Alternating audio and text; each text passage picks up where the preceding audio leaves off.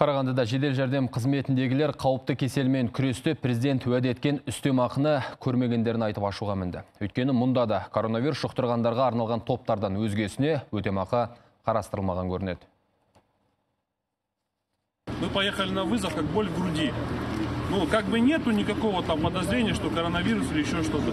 Приезжаем на вызов, а там нету ни боли в груди. Там элементарно температура 40, плюс кашель. Это первые признаки КВИ получается.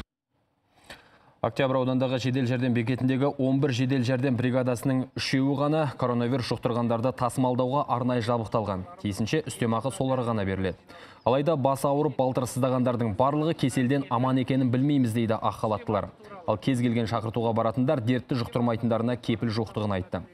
Сондықтан бекеттегі 3 бригада емес, үстемақы барлығына бірдей төленуін талап етіп наразылық білдірген. Осы даудан кейін Қарағанды билігі шұғыл жиын өткізіп, мәселені өз күштерімен шешетін болды. Ол үшін облыс бюджетінен 69 миллион теңге бөлініпті.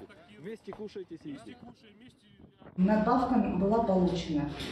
Получили водительский состав, санитарский состав, также выездной фельдшерский, диспетчерский состав и врачебный состав, которые отработали от марта до апреля.